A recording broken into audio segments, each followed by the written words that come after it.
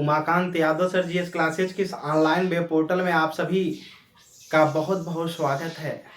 आज के सेशन में हम बात करेंगे आर्य समाज के बारे में, क्योंकि आप जानते हैं कि पिछले सेशन से हम लोग आधुनिक भारत के इतिहास में जो 19वीं शताब्दी में धार्मिक एवं सामाजिक आंदोलन स्टार्ट हुए थे, क्यों स्टार्ट हुए थे इसकी चर्चा हमने किया था। उसी के क्रम में आज बढ़ते हुए हम आर्य समाज के बारे में, जो कि सामाजिक सुधार धार्मिक सुधार में काम किया, उसके विषय पे चर्चा करेंगे कि इसकी स्थापना कैसे हुई, इसका उद्देश्य क्या था, ये कौन कौन सा सामाजिक सुधार किया है, कैसे इसकी शाखाएं फैली हैं, कहाँ कहाँ कैसे प्रचार प्रसार हुआ है। आज उसी के सेशन को आगे बढ़ाएंगे। आइए चलते हैं, हम लोग जानेंगे कि जो आर्य समाज है क्या है, इसकी स्थापना कब हुई थी। आर्य समाज, आर्य समाज, आर्य शब्द का अर्थ हम लोगों ने प्राचीन भारत के इतिहास में ही पढ़ लिया था कि आर्य, आर्य का मतलब होता है श्रेष्ठ, कुलीन, उच्च वर्ग का व्यक्ति। ठीक, आर्य समाज के करीब उसी से रखा गया, उसी का नाम, ठीक, आर्य समाज, जिसके संस्थापक स्वामी दयानंद सरस्वती को माना जाता है कि स्वामी दयानंद सरस्वती इसके संस्थापक रहे हैं, किसके, आर्य समाज के। इनका जन्म, स्वामी दयानंद सरस्वती का जो जन्म हुआ था ये 12 फरवरी, कब हुआ था, 12 फरवरी 1824 को हुआ था। कब इनका जन्म, 12 फरवरी 1824 को। ये राजकोट, राजकोट कहाँ पड़ता है, गुजरात में पड़ता है। कहाँ पर, गुजरात में, गुजरात कि राजकोट में इनका जन्म हुआ था स्वामी दयानंद सरस्वती को, जिनके बचपन का नाम, वास्तविक जो नाम था इनके बचपन का, वो नाम था मूलशंकर। कई बार एग्जामों में ये चीज पूछी जा चुकी है कि इनके बचपन का नाम क्या था, तो मूलशंकर था। आगे की तरफ चलेंगे। मूलशंकर 1845 ईस्वी में 21 वर्ष की आयु में इन्होंने गृह त्याग कर दिया, यानी इन्होंने घर को छोड़ दिया था 21 वर्ष की आयु में। माना जाता है कि एक मंदिर में रात्रि के विश्राम पर, मतलब रात्रि में थे, वहां पर भजन कीर्तन हो रहा था, और जब वहां पर भजन कीर्तन हो रहा था तो मंदिर में जो मूर्ति थी, मूर्ति के पास में कुछ फूल बतासे लड्डू चढ़ाए गए थे। तो इन्होंने देखा, ध्यान से वहां पर देखते रहे कि मूर्ति के पास में एक चूहिया आती है और लड्डू को लेकर के चली जाती है, वहां पर कुछ और प्रभाव नहीं पड़ता है। तो इनके मन में एक प्रश्न उठता है कि अगर ये मूर्ति, इसमें अगर सच में देवता है तो ये अपनी रक्षा, अपना प्रसाद खुद नहीं बचा पा रही है, दूसरे की कहां से रक्षा करेगी। यही सोच करके इन्होंने यहाँ से धर्म में जो व्याप्त कुरीतियां थी, इसको दूर करने का इन्होंने पैगाम लाया या ठान लिया। 1865 में ये मथुरा पहुंचे। ठीक, 45 में गृह त्याग कर दिया 21 वर्ष की आयु में। इसके बाद 65 में मथुरा पहुंचे।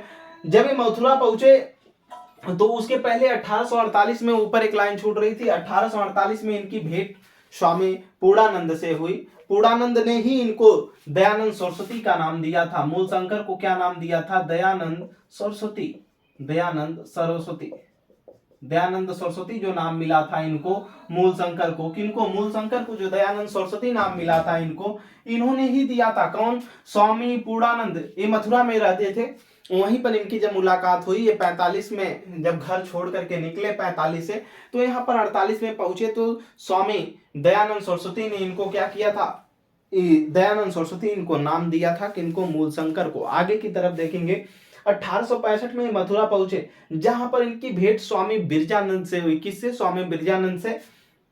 इन्हीं से स्वामी दयानंद सरस्वती ने ज्ञान की प्राप्ति किया। स्वामी बिरजानंद से ही, कौन, स्वामी दयानंद सरस्वती ने ज्ञान प्राप्त किया। और जब ज्ञान प्राप्त कर लिया तो इन्होंने एक नारा दिया। कौन, जो स्वामी दयानंद सरस्वती थी, इन्होंने एक नारा दिया, और ये नारा की प्रसिद्धि बहुत है, वेदों की ओर लौटो। वेद, वेद शब्द का अर्थ होता है ज्ञान। ठीक, वेद, वेद शब्द का अर्थ होता है ज्ञान। इनके कहने का मतलब था वेदों की ओर लौटो, यानी वेद जो हमारे हैं उनके तरफ लौटो, वेदों का अध्ययन करो, सब कुछ वही है। ठीक, कहीं जाने की जरूरत नहीं है। इसके बाद क्या हुआ, अभी समझ में आ जाएगा क्यों वेदों की ओर लौटने के लिए इन्होंने कहा। आगे की तरफ देखेंगे। 10 स्वामी दयानंद सरस्वती जो थे, इनका मानना था कि जो आर्यों का भारत में आगमन हुआ, आर्यों द्वारा बसाई गई भारत में जो सभ्यता थी, उसको हम वैदिक सभ्यता के नाम से पढ़ते हैं। जो वैदिक सभ्यता थी, इसका जो समय माना जाता है वो 1500 ईस्वी से लेकर के 1500 ईसा पूर्व से लेकर 600 ईसा पूर्व तक माना जाता है। आर्यों का जो आगमन माना जाता है उत्तर वैदिक काल में माना जाता है, जो कि 1000 से 6000 बीसी पूर्व में था। ठीक, बीसी यानी ईसा पूर्व में था, उसको हमने पढ़ा था। आर्य, इनका मानना था स्वामी दयानंद सरस्वती का कि जो आर्य आए थे, कहां से आए थे? तिब्बत से आए थे। ठीक, तिब्बत देश से आए थे। ठीक, अलग अलग विद्वानों का, जैसे बाल गंगाधर तिलक का मानना था कि जो आर्य आए वो उत्तरी ध्रुव से आए थे, लेकिन वहीं पर मैक्स मूलर इतिहासकार के अनुसार उनका मानना था कि जो आर्य आए थे ये मध्य एशिया से आए थे। आगे की तरफ चलेंगे। 10 अप्रैल 1875 का समय था, बहुत इंपॉर्टेंट है तिथि। 10 अप्रैल 1875 ईस्वी, 1875 ईस्वी में आर्य समाज की स्थापना की गई थी। कहाँ की गई आर्य समाज की स्थापना? महाराष्ट्र के बंबई में की गई थी। ठीक, 1877 में इसका जो मुख्यालय था ये बंबई से लाहौर ट्रांसफर कर दिया गया। पहले बंबई था, बाद में इसको लाहौर कर दिया गया। और जब लाहौर कर दिया गया तो आप समझ सकते हैं कि इसका मतलब इसकी जो शाखा थी, इसका जो क्षेत्र था वो फैला। कहां से कहां तक फैला? जब ये पंजाब से लेकर के कहां तक? संयुक्त प्रांत। संयुक्त प्रांत का मतलब है उत्तर प्रदेश का हिस्सा। ठीक, संयुक्त प्रांत पहले इसको नाम से जाना जाता था, तो संयुक्त प्रांत में फैला इसका क्षेत्र। कहां से? बंबई से संयुक्त प्रांत, पंजाब। यानी इसकी जो मुख्यालय था ये बंबई से किधर चला गया? लाहौर की तरफ गया। तब 1877 में, 75 में इसकी स्थापना हुई थी। तो जो आर्य समाज की स्थापना हुई, इसका उद्देश्य क्या था? सामाजिक सुधार कार्य इसने क्या क्या किया? आर्य समाज का जो मुख्य उद्देश्य था वो था धार्मिक कर्मकांड। जो हमने अभी बताया कि उन्होंने मूर्ति पूजा को देखा कि मूर्ति के पास जो लड्डू चढ़ाया गया वो मूर्ति स्वयं उसकी रक्षा नहीं कर पा रही है, तो कहां ईश्वर। ठीक, इसका धार्मिक कर्मकांड जो किए जाते थे उसका इन्होंने विरोध किया। तंत्र मंत्र, बहुत से देवताओं को मानने वाली जो विधाएं थी, ठीक, जैसे भारत में हमारे हिंदू में जो माना जाता है कि 33 करोड़ देवी देवताएं हैं उनको, लेकिन भारत और पाकिस्तान का तो बंटवारा हुआ। सारी देवी देवता कहाँ रह गए? भारत में। कोई पाकिस्तान नहीं गया, सब भारत में ही रह गए। मूर्ति पूजा एवं अवतारवाद का क्या किया इन्होंने? विरोध किया। इन्होंने मूर्ति पूजा का भी विरोध किया और अवतारवाद का, जो बार बार लोग मानते हैं कि फला के अवतार में ये आएंगे वो आएंगे, सबका विरोध किया। सामाजिक सुधार इसने कौन कौन सा काम किया आर्य समाज ने? इन्होंने बाल विवाह पे, पर्दा प्रथा, दहेज प्रथा, बहु विवाह प्रथा, जातिवाद, विधवा पुनर्विवाह आदि पर क्या लगाया? रोक लगाया। किसने? आर्य समाज ने। ठीक, बाल विवाह जो होते थे इन पर भी रोक लगाने का काम किया, पर्दा प्रथा पर भी, दहेज प्रथा पर भी, बहु विवाह प्रथा पर भी, जातिवाद, विधवा, जातिवाद के आधार पर जो समाज में बटे हुए लोग थे उनको एकता में पुरोने का कार्य किया इन्होंने, सामाजिक सुधार को। ठीक, जातिवाद जो जन्म से लेकर के जातिवाद की समस्या थे, विषमताएं थी समाज में, उसको दूर करने का ये भी प्रयास किया था। जिस प्रकार ब्रह्म समाज ने लड़ाई लड़ी इन सामाजिक कुरीतियों से, उसी प्रकार आर्य समाज भी इसीलिए किया गया। वेद समाज जो हमने पढ़ा पिछली कक्षाओं में, वेद समाज भी इसी के लिए लड़ा था, प्रार्थना समाज इसी के लिए लड़ा था। यानी सभी जितने आंदोलन चले ये सभी के लिए क्यों क्यों चले थे? क्योंकि समाज में जो व्याप्त कुरीतियां थी, ठीक, जिसमें सर्वाधिक महत्वपूर्ण ये कुरीतियां ईसाई मिशनरियों के आगमन, यानी अंग्रेज जो यूरोपीय आए हैं उनके आगमन से हमारे शास्त्रों को जलाना, हटाना, अपनी पाश्चात्य शिक्षा संस्कृति को शामिल करना भारत में, यही जो है विषमता फैलाई थी। इसी को दूर करने के लिए ये सामाजिक एवं धार्मिक आंदोलन चलाए जा रहे थे। इनकी मृत्यु, स्वामी दयानंद सरस्वती की जो मृत्यु हुई वो 30 अक्टूबर 1883 को अजमेर राजस्थान में हुई। माना जाता है कि जो स्वामी दयानंद सरस्वती थे ये महाराजा जोधपुर के, राजस्थान के जोधपुर महाराजा जसवंत सिंह को ये रोजाना प्रवचन सुनाया करते थे। और प्रवचन सुनाते थे तो महाराजा जसवंत सिंह का संबंध एक छोटी से नन्ही से वेश्या के साथ उसका संबंध था और उनके राजनीतिक कार्यों में भी वो वेश्या हस्तक्षेप करने लगी थी। तो इन्होंने महाराजा जसवंत सिंह को समझाया, जो आर्य समाज के संस्थापक दयानंद सरस्वती थे, इन्होंने महाराजा जसवंत सिंह को जब समझाया तो महाराजा जसवंत सिंह ने उस नन्ही से वेश्या से अलग तो हो गए, लेकिन उस वेश्या को जब ये बात पता चली तो उन्होंने क्या किया कि वहीं के जो फॉलोअर इनको खाना देता था उससे मिल करके उनके खाने में कांच का शीशा पिछवा करके डलवा दिया और इनकी मृत्यु हो गई। स्वामी दयानंद सरस्वती के द्वारा जो लिखी गई पुस्तकें हैं उसका एक ही पुस्तक है। ठीक, इन्होंने नारा दिया था, याद रखिएगा, वेदों की ओर लौटो। और इनकी एक पुस्तक है जो कि बहुत प्रसिद्ध है, सत्यार्थ प्रकाश। क्या? सत्यार्थ प्रकाश नामक इन्होंने एक पुस्तक की रचना किया था। और अलग अलग इन्हीं के नाम से, ठीक, दयानंद एंग्लो वैदिक कॉलेज की स्थापना हुई कई जगहों पर, जिसमें से लाला लाजपत राय और लाला हंसराज की इसमें महत्वपूर्ण भूमिका रही है। आइए देखते हैं कौन कौन से हैं। पहले इनके बुक का नाम लिखेंगे, स्वामी दयानंद सरस्वती जो आर्य समाज के संस्थापक माने जाते हैं, इनके द्वारा लिखी गई बुक सत्यार्थ प्रकाश, ठीक, इनके द्वारा जो लिखी गई बुक्स, ठीक, वो थी सत्यार्थ प्रकाश। सत्यार्थ प्रकाश नोट कर लीजिएगा, सत्यार्थ प्रकाश, ठीक, सत्य क्या है उस पे इन्होंने प्रकाश डाला, बुक्स लिखी सत्यार्थ प्रकाश। ठीक, आगे की तरफ लिखेंगे 1886 ईस्वी में स्टार बना करके 1886 ईस्वी 1886 ईस्वी 1886 ईस्वी क्या हुआ? 1886 ईस्वी में लिखेंगे लाला हंसराज, लाला हंसराज, लाला हंसराज एवं लाला लाजपत राय, एवं लाला लाजपत राय, लाला लाजपत राय, लाला लाजपत राय, ठीक, इन दोनों के सहयोग से क्या हुआ?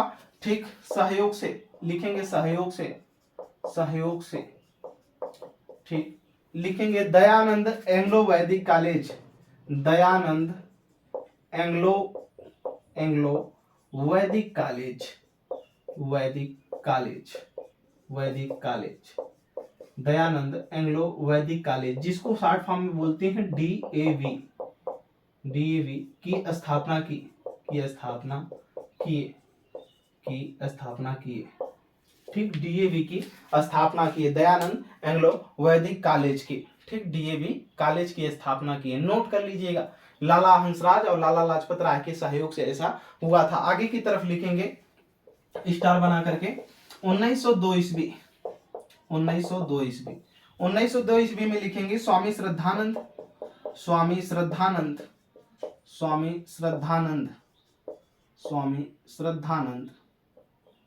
स्वामी श्रद्धानंद, स्वामी श्रद्धानंद, जो स्वामी श्रद्धानंद थे इन्होंने स्थापना किया था, स्थापना किया, स्थापना किया, किया था स्थापना, लिखिएगा इसमें गुरुकुल कांगड़ी विश्वविद्यालय, गुरुकुल कांगड़ी विश्वविद्यालय, कांगड़ी विश्वविद्यालय, विश्वविद्यालय, वीवी का मतलब है यहाँ विश्वविद्यालय से है, इसको आप नोट करेंगे। ठीक, कहां पर किया था इन्होंने? इन हरिद्वार में लिख लेंगे, इन हरिद्वार उत्तराखंड, हरिद्वार, ठीक, इन हरिद्वार उत्तराखंड में।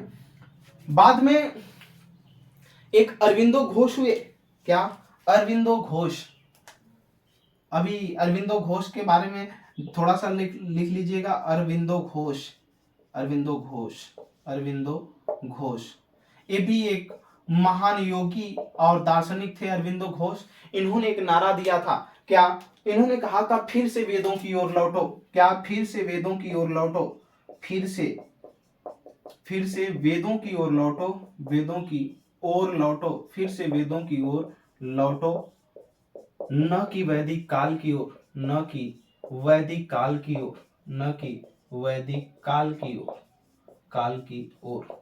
इनका कहना था कि वेदों की ओर लौटो फिर से, और न कि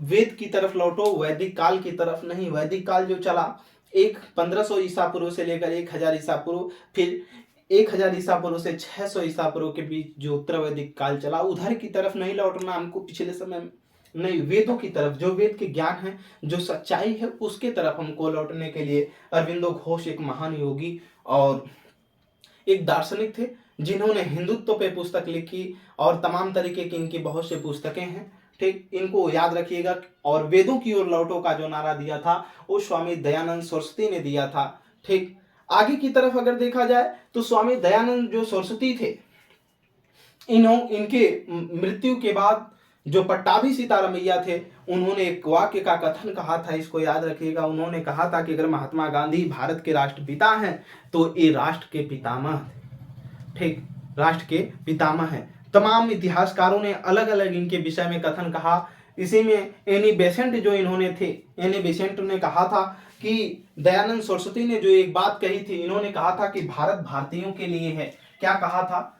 स्वामी दयानंद सरस्वती ने ही कहा था कि जो भारत है, भारत भारतीयों के लिए है, भारतीयों के लिए है, भारतीयों के लिए है। पहली बार अगर लिए 1857 की क्रांति में इनका महत्वपूर्ण माना जाता है कि 75% जो क्रांतिकारी हुए वो आर्य समाज से ही जुड़े हुए लोग थे, जो 1857 की क्रांति में महत्वपूर्ण भूमिका निभाए थे, चाहे वो बाबू कुंवर सिंह हो, ठीक, अजमुल्ला खां हो, नाना साहब हो, तांत्या टोपे हो, तमाम तरीके के जो क्रांतिकारी हुए, जो लड़े, 75% से अधिक माने जाते हैं कि वो आर्य समाज से ही प्रेरित थे। आर्य समाज के आंदोलन से इन्होंने तमाम क्रांतिकारियों से मिले भी थे। तो 1857 की क्रांति के पहले इनकी एक ही मानी जाती है कि इनका ही बहुत उसमें रोल रहा है, इन लोगों के, इन समाज के सुधारकों का, कि जो इन्होंने ऐसे प्रेरित किया कि 1857 की क्रांति हो सकी। ठीक, तो इन्होंने उसी समय कहा था कि जो भारत है किसके लिए है, केवल भारतीयों के लिए है। इसी लाइन को एनी बेसेंट ने भी दोहराए थे। उन्होंने कहा था कि स्वामी दयानंद सरस्वती का जो कथन है भारत भारतीयों के लिए है, वो सत्य है। और पट्टाभी सीतारामैया ने कहा था कि अगर महात्मा गांधी देश के राष्ट्रपिता हैं तो ये देश के पितामह हैं। कौन? स्वामी दयानंद सरस्वती को उन्होंने कहा था कि अगर ये क्या है, देश के पितामह हैं। आगे की तरफ फिर मिलते हैं आपसे अगली कक्षाओं में, अगले सेशन को लेकर के, अगले समाज के बारे में हम लोग पढ़ेंगे। आज के लिए इतना ही। ज़्यादा से ज़्यादा हमारे चैनल को शेयर करें और इनको फैक्ट के साथ साथ कुछ चीज़ों को सीखते रहें। पूछे जाते हैं एग्जामों में कौन सा कथन किसका है या कौन समाज का कब स्थापना हुई। ठीक, डीएवी कॉलेज तो लगभग हर जिलों में एक आध दो मिल ही जाते हैं। Umakant Yadav sir GS classes में जुड़ने के लिए आप सभी का बहुत बहुत धन्यवाद।